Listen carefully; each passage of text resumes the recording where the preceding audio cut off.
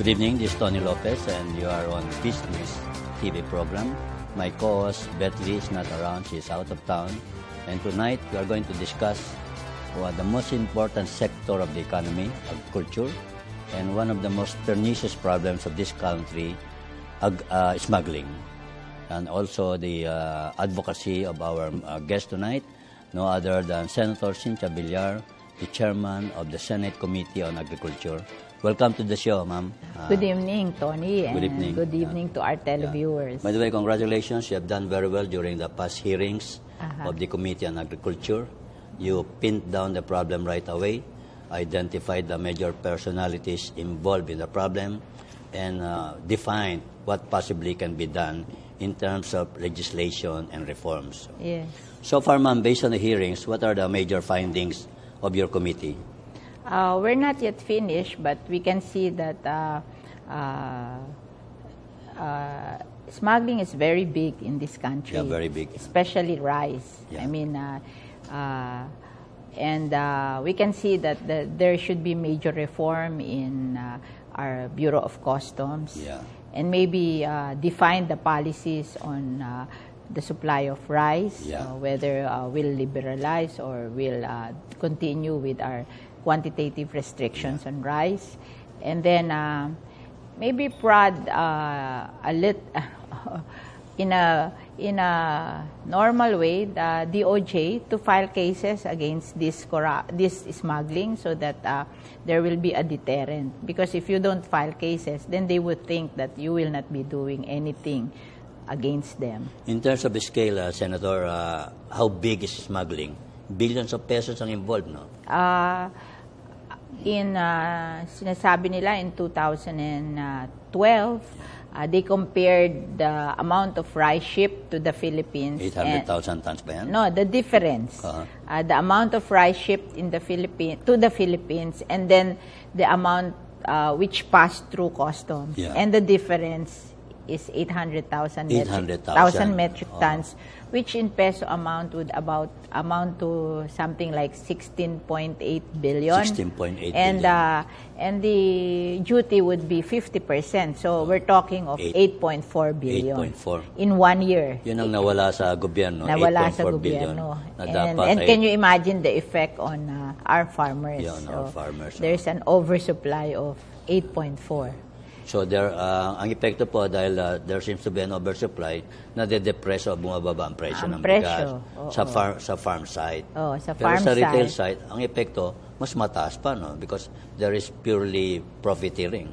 Kasi ang ating rice is controlled by the private sector, 95%. Bali 5% lang yung sa NFA because of limited resources, and at the same time, ang ano lang naman nila is they should have NFA retailers that are where rice are always available at a certain price. So, hindi naman lahat bumibili sa NFA retailers kasi yung iba sa private naman. So dahil sa 5% lang ang kontrolado sa merkado ng gobyerno, hindi niya maapektuhan yung price kasi 5% kaya lang versus pag 95. may shortage, ang NFA kasi, pag may shortage, basta available siya for the poor. Kasi yun naman lang ang gusto nating tulungan na hindi masyado maapekto ng Kaya lang, rice. Senador, napansin ko, yung NFA rice, ang hirap pong hanapin. Ang NFA, 27 and 32. Meron 27, may 32. Ang hirap daw hanapin. Pero lahat ng major markets meron. Merong NFA rice. Dapat. And sinasabi ko nga sa kanila yung mga findings na wala at minsan kasi yung mga retailers din ng NFA nagluloko din di ba?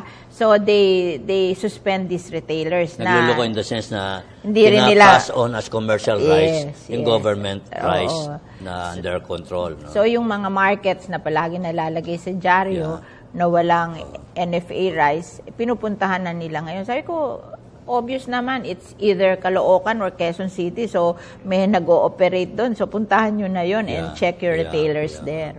So, 800,000. Ibig sabihin, yun yung kung ipaparis nyo, pinadala ng mga exporting countries like Vietnam, Thailand, Cambodia, India.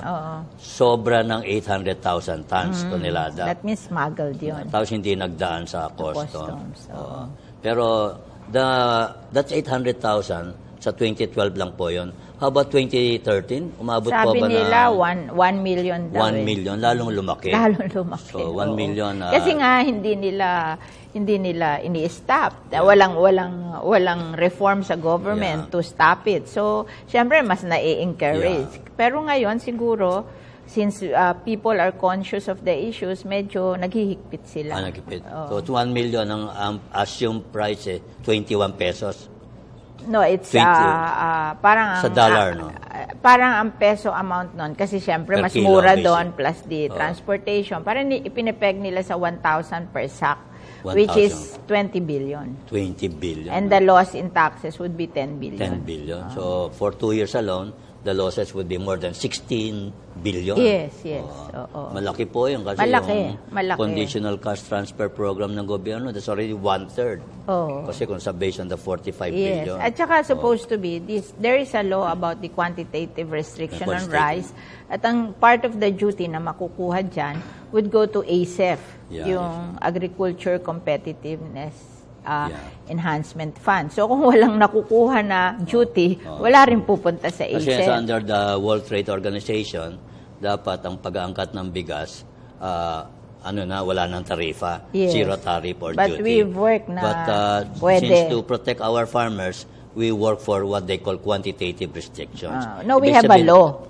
May law tayo. May law yun. Since may batas na may limit kung ilan ang pwedeng ipasok ng walang tarifa for the protection of our farmers. Kasi po, our farmers have to be protected dahil ang kanilang cost of production mas mataas kaysa sa cost of production ng mga exporting countries. No? Sabi nila tayo, 11.50 per kilo of palay. Sila 8.50 and 9.50. May difference so, mga talaga. 30% higher ang cost of production ng ating 3 over 11. 850. 850. Malaki. Malaki. More than 40.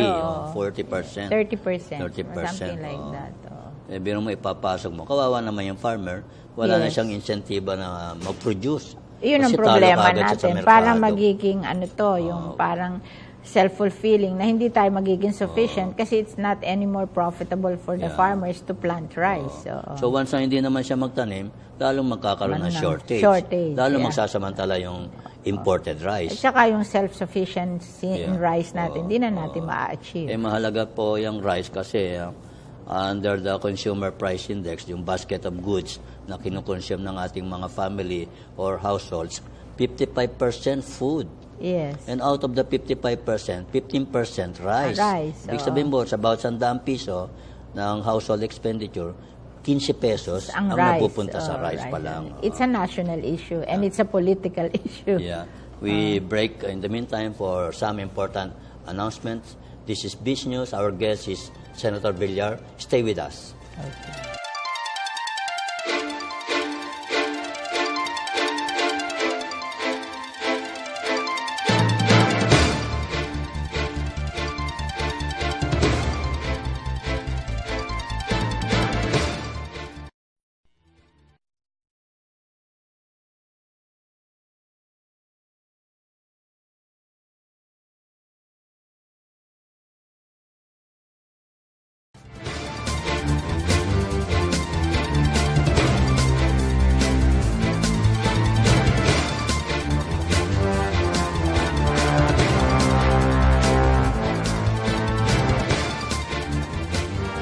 Narito po tayo sa business program. Ang ating pong bisita o panauhin ay si Senator Cynthia Villar. Ang ating pong tinatalakay ay agrikultura at smuggling. Punta naman po tayo sa agriculture, ma'am. It used to be a very, very substantial sector of the economy. I think up to 40% of the gross domestic production came from agriculture. And employment, I think 70%.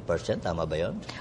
Yung talagang employed is 30% of the workforce. But, comes from agriculture. From agriculture. But yung related to agriculture directly or indirectly, 2/3. 2/3, more than 70%. No?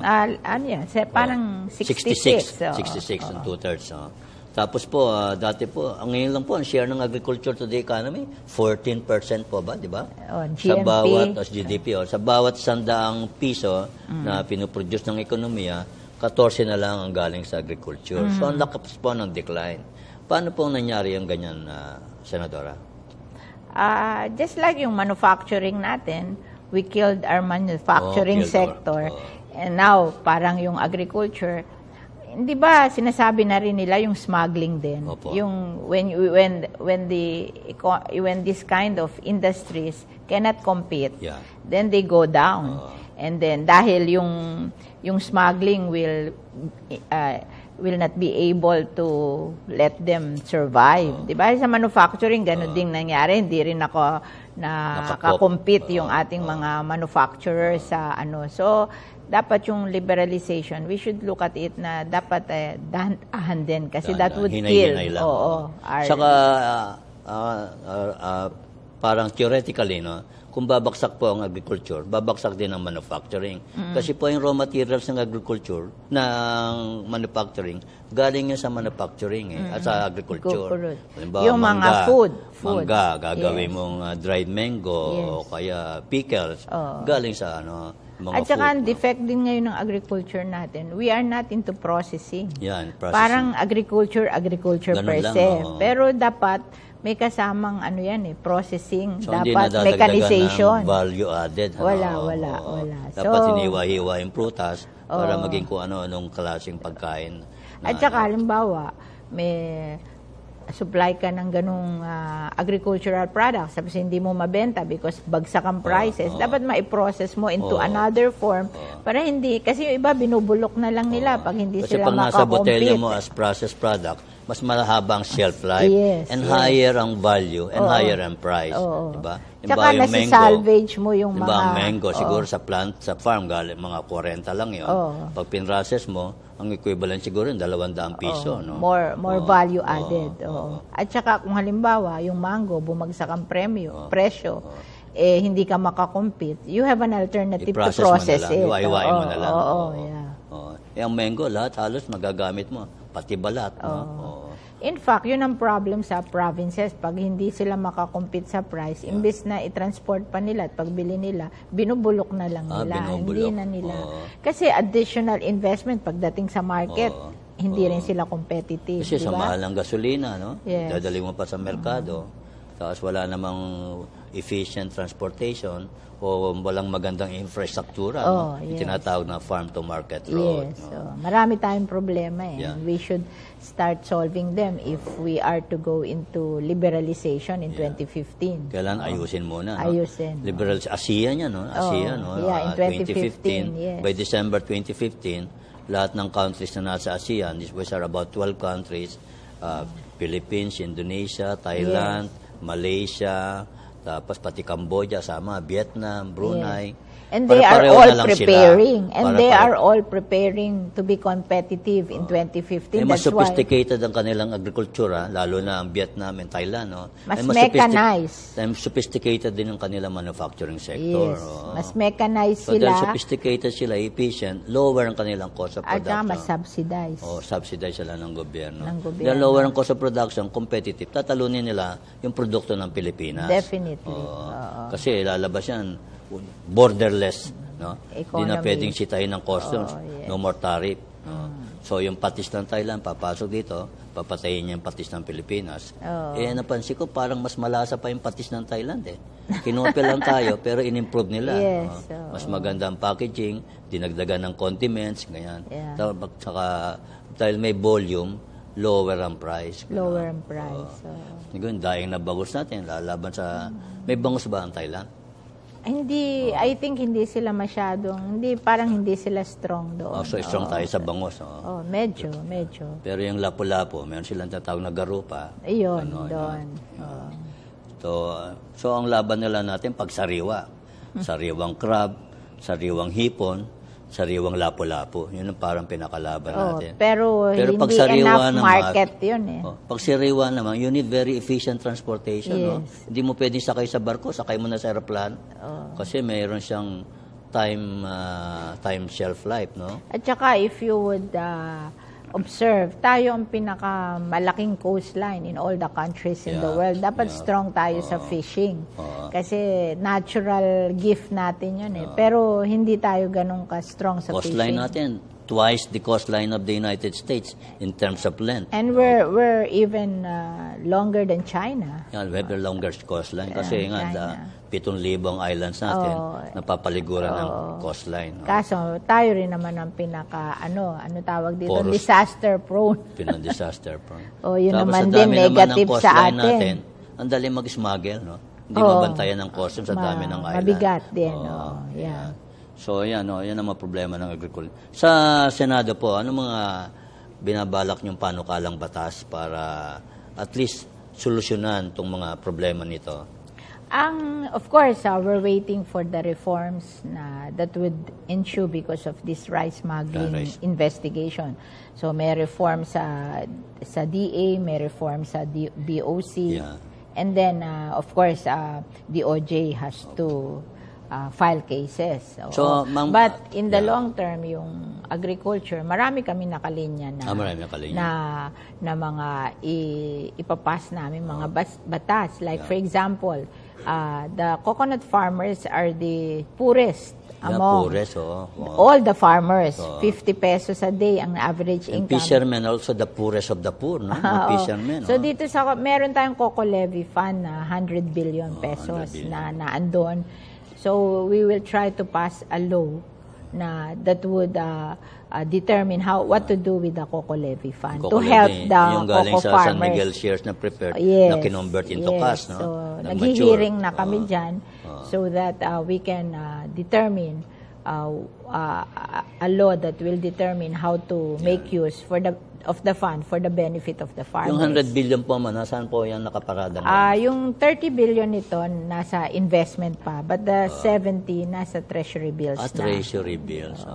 So kumikita yun ang interest. And question is, will we just spend the interest or we will get a part of the fund? Sana siguro get the interest and part of the fund.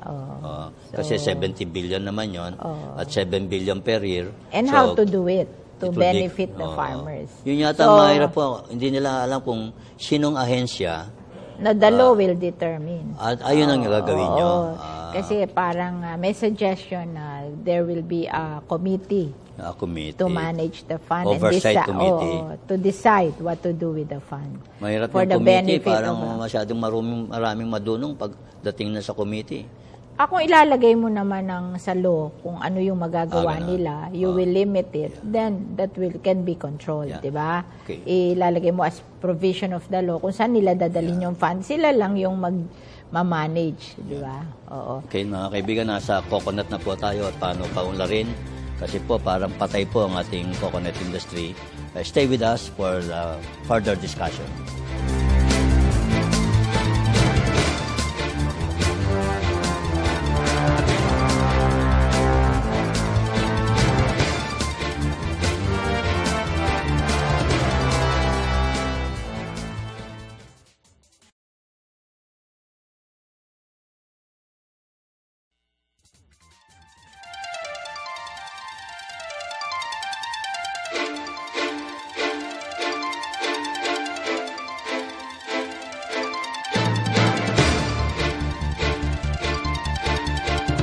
We're back with Biz News and our guest is Senator Cynthia Villar. We're still discussing agriculture and smuggling.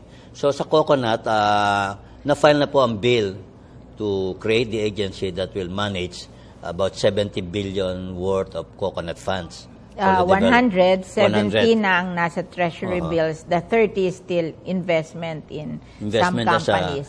Sa coconut industry investment fund. Meron na nakalagay sa UCPB, investment sa UCPB, investment do sa mga oil mills na owned by the government.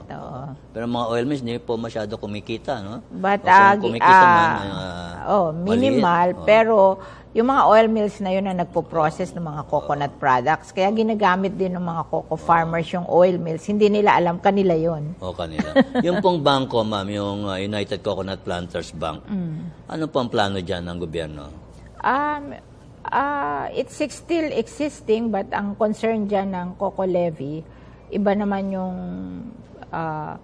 Coco Bank. Ang concern dyan ng Coco Levy Fund is kanila yung 4 billion worth na value ng shares ng Coco Bank. So yun ang kanilang looking at Coco Bank as part of their investment portfolio. Pero in the meantime, Senadora, na wala pa itong mga batas na ito, ano ang pwedeng tulong natin sa coconut farmers?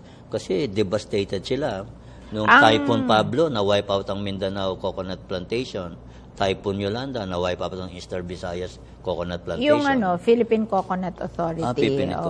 Ngayon, ang Philippine Coconut Authority, namimigay sila ng coco seedlings para mag-replant yung mga bumagsak na coconut.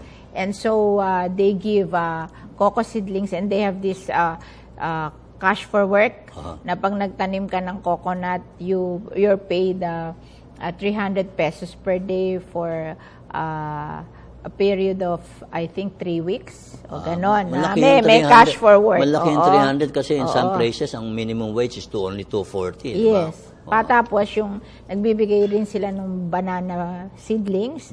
And may food for work pa rin sila. Banana ipaplant in between the coconut trees. Yes. Bawat banana na i-plant mo, you're given 25 pesos. 25 pesos. So, in effect, binabayaran ka para may trabaho ka ngayon para itanim yung crops and then ikaw rin na magbe-benefit do sa crops. Itong cash for work ang short term, ang long term would be you harvest the crops. Mga ilan po ang target sa cash for work na planting of coconut? Parang lahat ng itanim nila and I think malaki yung kanilang itatanim, parang ano ba yan, millions of seedlings. And meron silang project to replant coconut. And then together with UNDP, meron sila na yung lahat na bumagsak na coconut na trunk. Kasi ang daming bumagsak. No, they turn them into coco lumber and cash for work. Babayaran sila to turn them in coco lumber para gamitin din yung coco lumber to build houses. Sino magmimil ng coconut trunks? Sino magkakayas ng nagbibigay ngayon ng PCA ng tawag dito, yung chainsaw sa mga local government. Binibigyan nila yung mga munisipyo. Kasi yung chainsaw, under the Chainsaw Act, wala makakabili niyan. Kasi bawal yan dahil ginagamit sa illegal logging. Yes. But ngayon, binibigay nila sa local government para ang local government ang may-ari para ipahiram sa mga tao. Dito lang sa situation na to that they process fallen coconut trees into coco lumber para gamitin naman sa pag-rebuild ng houses sa Yolanda Street and areas. Magandang poste ang coco lumber. Yes. Kasi ang mahal ngayon ng mga tanggili, nara, yakal. So, for housing din to rebuild the Yolanda Street and areas. Pero problema dyan, ma'am, habang hinihintay na lumaki yung coconut, anong income ng farmer? Binibigyan nila ng vegetable seeds, binibigyan nila ng corn seeds, ito nga yung banana at rice. Kasi ang vegetable seed, you can harvest in 1 month. 1 month? Tapos yung corn, you can harvest in 4 months. Tapos yung banana, 1 year daw. So, ibig sabihin, may short term, at yung coco seedlings ang long term. Kasi ilang taon ba bago mag-mature ang isang coconut tree? Yung dwarf daw 4 years, yung ibang klase 6 years. 6, matagal-tagal kasi din. Alam mo, okay din kasi yung mga coco farmers, ang liit ng kita nila, they are being encouraged to do intercropping. Ayaw nila, nasanay sila na ngayon mapagpwersa sila. Ngayon pwersado sila because walang coconut, di ba?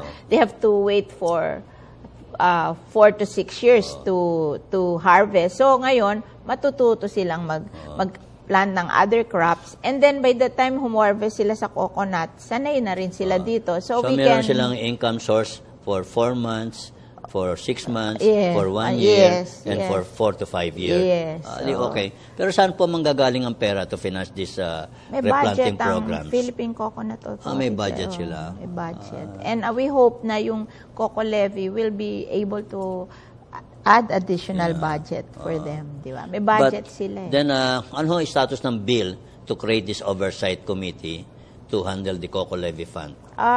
Nag-first hearing kami sa Davao del Sur and now we're going to have another hearing sa Congress, sa Senate, and then after that, we go to the technical working group kasi, So, pinagnanasaan din ng National Anti-Poverty Commission yung pera na yan Laki, no?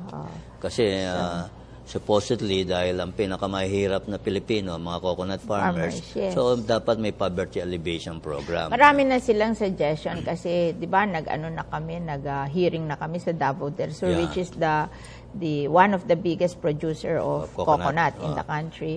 Parang sinasabi nila, scholarship, kasi daw dati may scholarship ang mga anak ng coco farmers.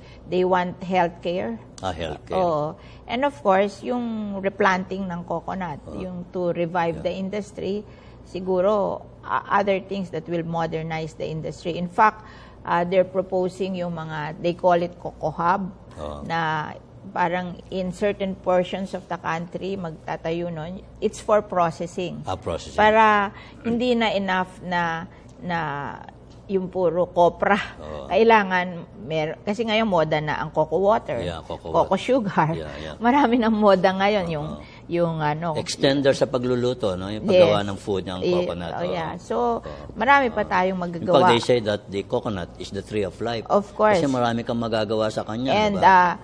For your information, even the waste coconut has, you can turn into coconut for rip-wrapping instead of cement. Pwede. And then yung coco malakas ba siya sa pag ginagamit subdivision? Yeah, we use that. Makapit siya? We use that. Mas mura kaysa semento sa graba? 80% cheaper. 80%. And more environmentally friendly. Kasi organic siya, no? Organic. Natural fiber. And then yung kanyang coco pit, yung may coco pit? Yung halimbawa, pinrocess yung waste coconut has, 70% with coconut. Yung 30% parang granules, maliliit. You can mix it with kitchen waste to produce organic fertilizer. And you can make charcoal out of it. You don't have to cut trees anymore. You just use that for charcoal making. In fact, yung craze ngayon, yung buko juice. Yes. No? Kinuha ng Coca-Cola sa Pepsi. Kung ibenta nila, 30 pesos per Tetra Pak. Samantalang yung popular yan all over the world, coco water. Kasi maganda pala yung pampabeauty, pampahaba ng buhay, sa sakit sa arthritis. Kasi it helps you in the... So maraming nating makukuha pang product sa coconut. We just have to mechanize, we just have to provide for facilities to be able to process. Focus on it, no? Processing facilities. Kasi ngayon yata, hindi na tayo number 1 coco producer. Indonesia, Tinalo tayo. Indonesia. Although sa exports, tayo pa din ang number 1 in terms of coco products. Alam ko, tinalo tayo na Indonesia. Tinalo na tayo talaga. So, yung coco oil, supposed to be another petrochemical industry base, no? Yes. Kung basta ma-develop lang. We pause in the meantime for some important announcements. Stay with us.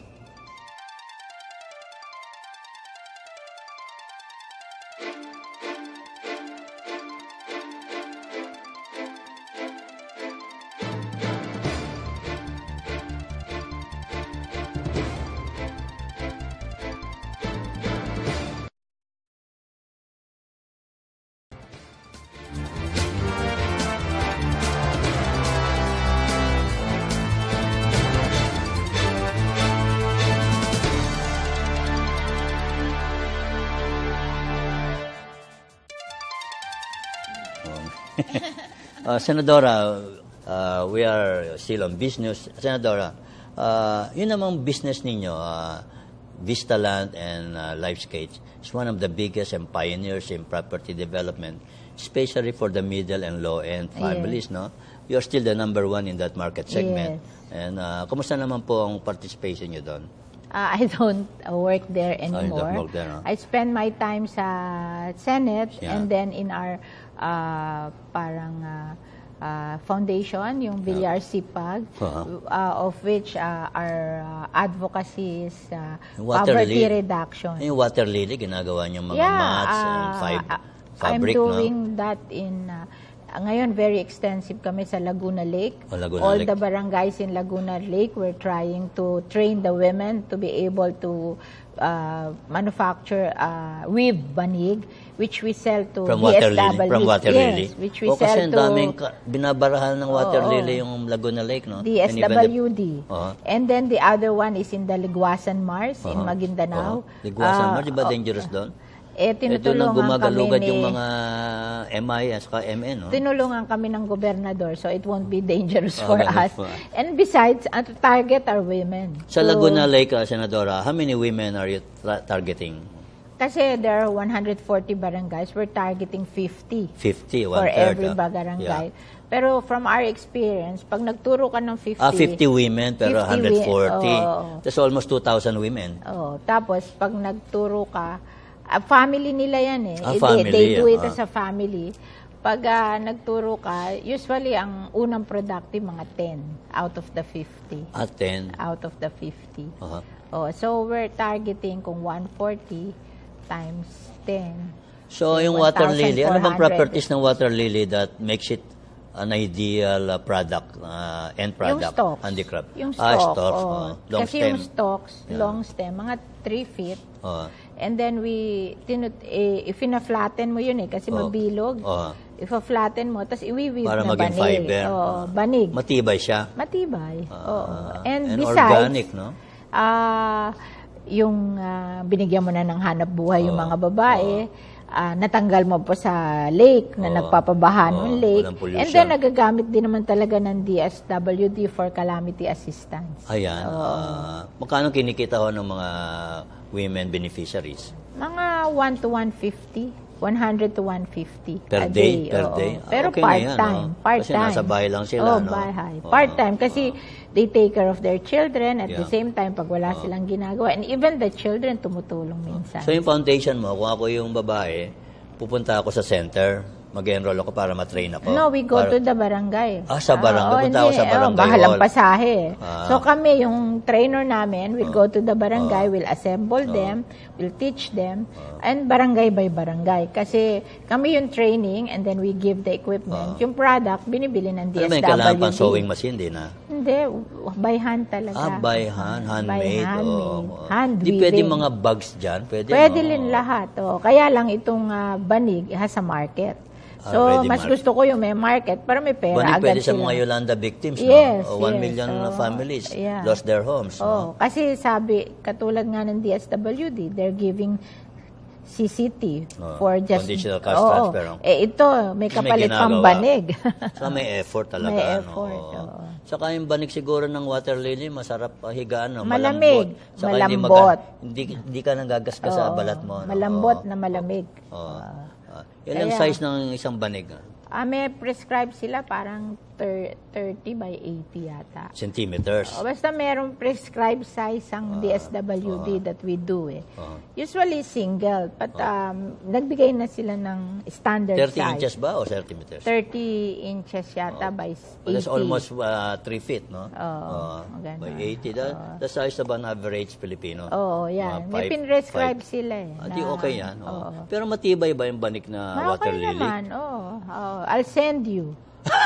Sige. No, just for you to see. Kasi maganda daw minsan humimlay ka sa matigas na. For kasi, exercise. Pag nag-exercise ka, mat mo yun. Yoga mat, pwede.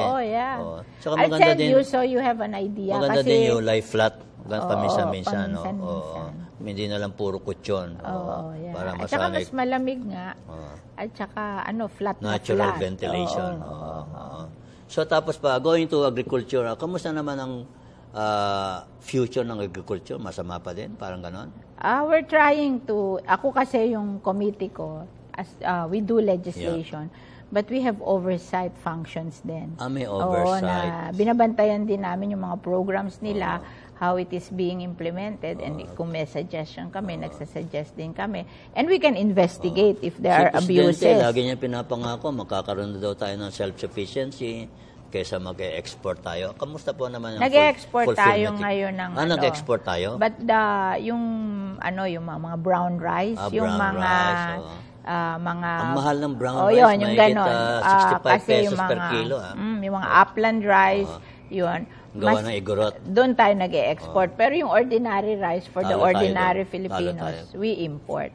Net importer. With the craze towards organic and yes. this At saka mas mahal rice. Yun. Mas mahal yun.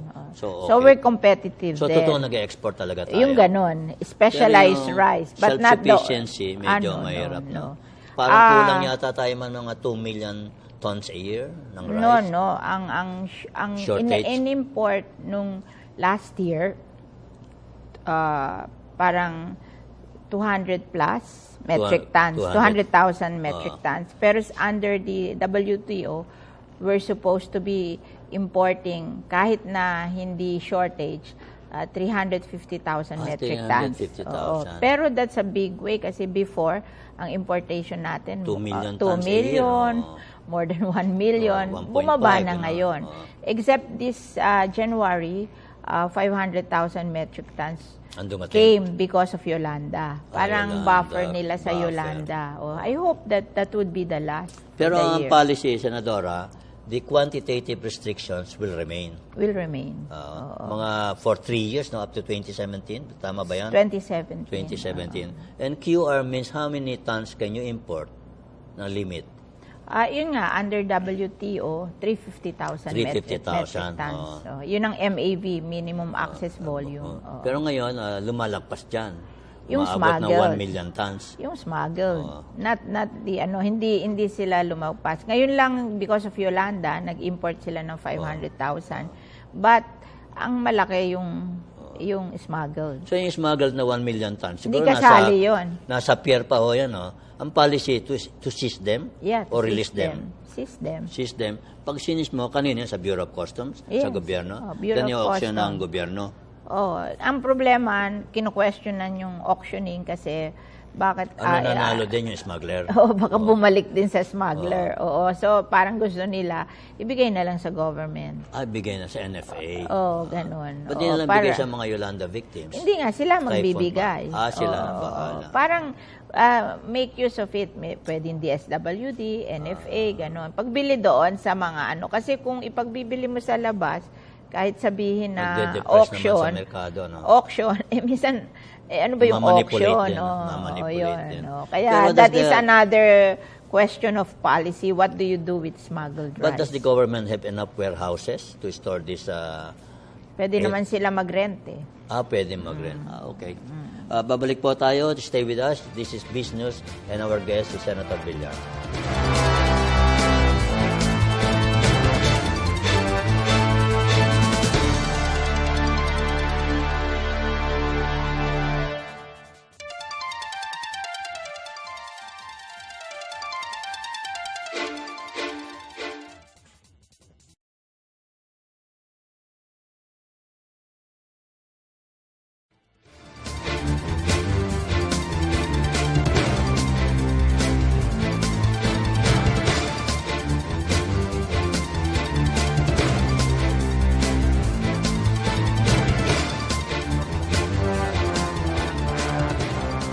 Good evening again. Narito po tayo sa business in our final segment. So, Senadora, the policy, quantitative restrictions, meaning we can import not more than 350,000 tons per year as what they call maximum access volume. So that the supply will not be depressed and the price for the protection of our part will remain. Tapos po, lahat ng smuggle dapat kuhanin ng gobyerno. Either ibenta o kaya pamigay sa mahihirap.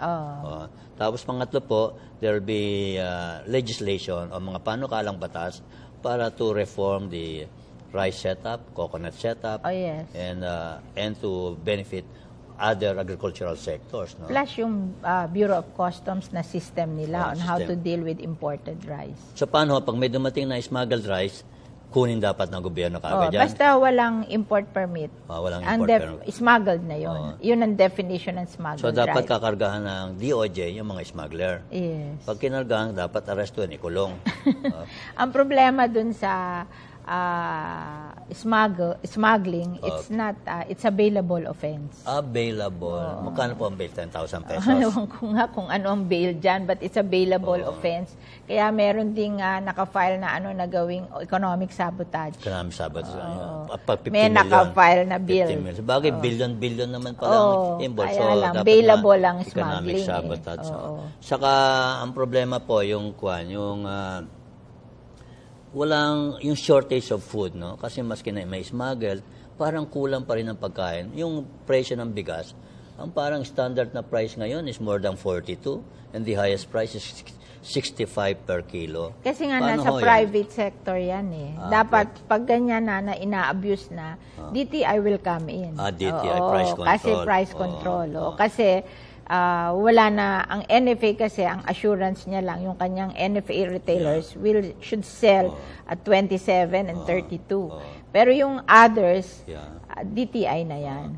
Kasi po sa experience ng ibang bansa, no, the way they elevated poverty, dalawang bagay lang kanilang nilagyan ng solusyon. Una, yung pagkain. Pangalawa, yung energy, price of gasoline, petroleum, electricity. Kasi ito ngayon, ang two major consumption items ng bawat pamilya. Food, 55%. Ang energy or utilities is about 16%. So pag na-solve mo yan, mga ang laki na, no? 55 Basic plus 16, na basic that's kasi. almost 70%. 70 pesos of every 100 pesos of consumption. Plus siguro, ang another would be education and universal health care. So, yun yung ano talaga. Pag na-approach mo yung mga bagay na yon, babagsak taga ang poverty incidence. Yes. Kasi po, lalabas by 2015, ang dami pa din mahirap. When we began the Millennium Development Goals about 25 years ago, ang goal is that 30% of poverty incidence should be 15% by 2015. I think we will not achieve it. What we will do at best is 17 or 18, mataas pa rin po. Hanggang ngayon, 26 pa eh. Well, thank you very much, Senadora Cynthia Villar, ang chairman ng Senate Committee on Agriculture. Tinalakay po natin ngayong gabi, rice, smuggling, agriculture, coconut. Please keep watching Biz News, the #1 talk show on serious subjects in the Philippines today. This is Tony Lopez saying